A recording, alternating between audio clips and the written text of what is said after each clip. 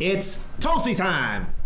Oh, that was a new one. Graphic. No. All right. So, anyways, so we talked about this last Saturday's show about Tulsi Gabbard potentially making it on the debate stage. And as it stands right now, Representative Tulsi Gabbard and Tom Steyer are getting closer to qualifying to be on the debate stage. Now, it should be noted that both Tom Steyer and Representative Tulsi Gabbard have met the individual donors to make it on the debate stage. And now Tulsi Gabbard has just successfully passed 2% to qualify in the second poll. And she just needs 2 more polls and 2 different surveys to basically qualify to be on the third debate stage. The people who have made it up there so far are Senator Bernie Sanders, Vice President Joe Biden, Senator Elizabeth Warren, Senator Kamala Harris, Senator Cory Booker, Senator Amy Klobuchar, former Representative Beto O'Rourke, Andrew Yang, former Housing and Urban Development Secretary Julian Castro, and South Bend Mayor Pete Buttigieg. So I'm really excited about this. This really kind of gives me hope for Representative Tulsi Gabbard to be on the debate stage. I feel that her voice and presence is something that's desperately needed. Already in the first and second debate stages, she really stood out and really made her voice heard. Now, of course, it's very important to remember that Senator Bernie Sanders said on Joe Rogan's show that these debates are demeaning, and all the candidates are given very short amount of time to really make their talking points stand. And Tulsi Gabbard made her talking points really stand out, especially how she went after Kamala Harris and basically kind of destroyed Kamala Harris's quote unquote invulnerability. And we have a video where you can literally see the moment that happens and all our reactions. Oh, it's glorious. Yeah, it's glorious and it's beautiful.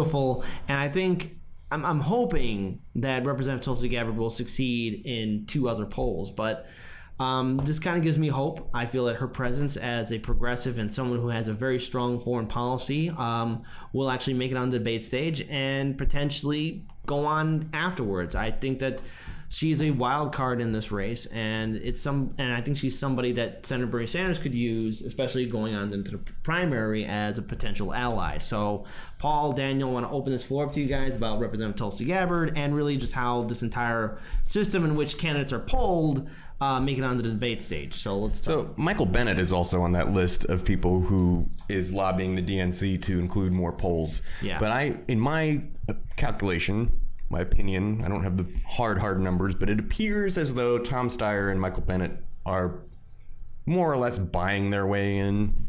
I don't think that they really Paul, are you insinuating that the DNC that a billionaire can just waltz into the Democratic absurd. Party? No, I don't believe it. The DNC would never stoop so low. I did tweet this out earlier today. I found it on Tulsi's website where she was talking about this particular issue, and it's a quote from Michael Tracy. I'm a Michael Tracy fan, if you don't know. He says, Tulsi Gabbard is on the verge of being excluded from the next Democratic presidential debate on the basis of criteria that appear increasingly absurd.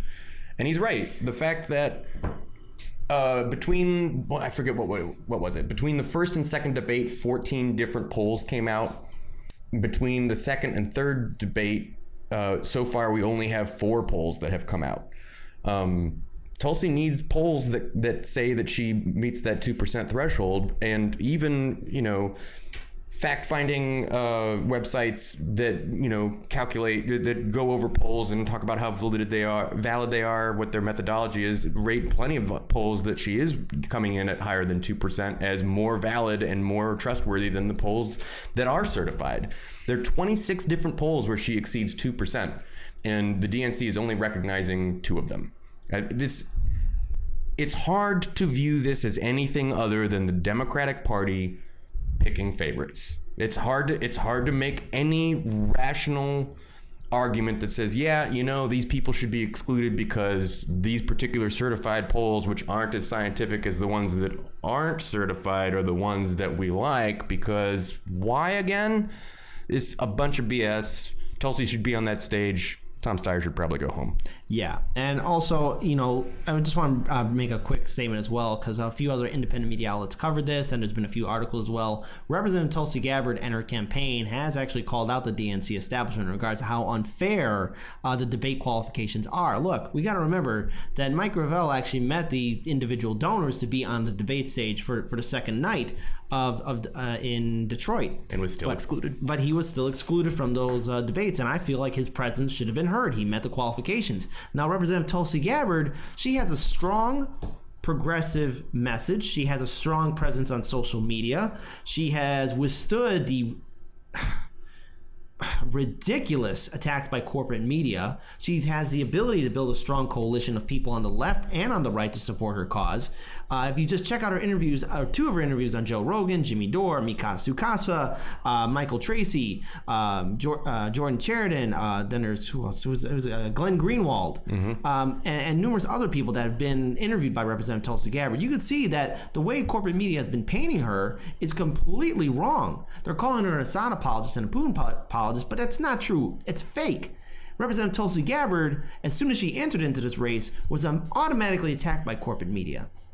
And now, finally, she's very close to qualifying in a few other polls, but her entire qualification, she's met those qualifications. She has what it takes, and she has withstood so much criticism that she has definitely more, in my opinion, earned her spot for the third debate night.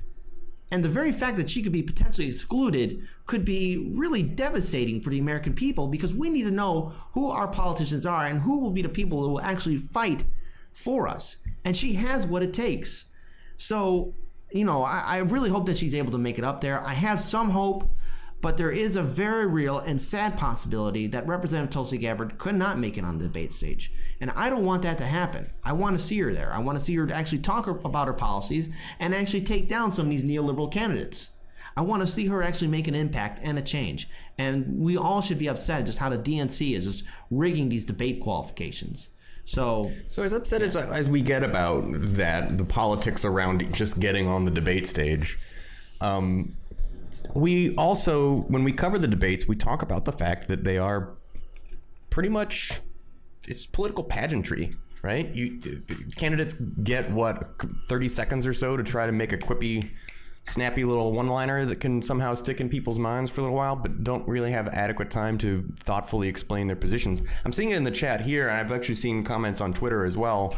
People saying that if Tulsi gets snubbed from this third debate, that she should get all of the other candidates who should have been on this debate also, and get them together and go on Joe Rogan and hash it out.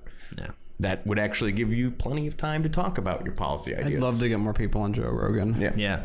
And, the very fact that he got some very prolific characters like Senator Bernie Sanders and Representative Tulsi Gabbard and Andrew Yang on his show says a lot about these individuals and their campaigns. And the very fact that they're very aware that social media and media itself has changed, and they're willing to introduce themselves to a wide audience.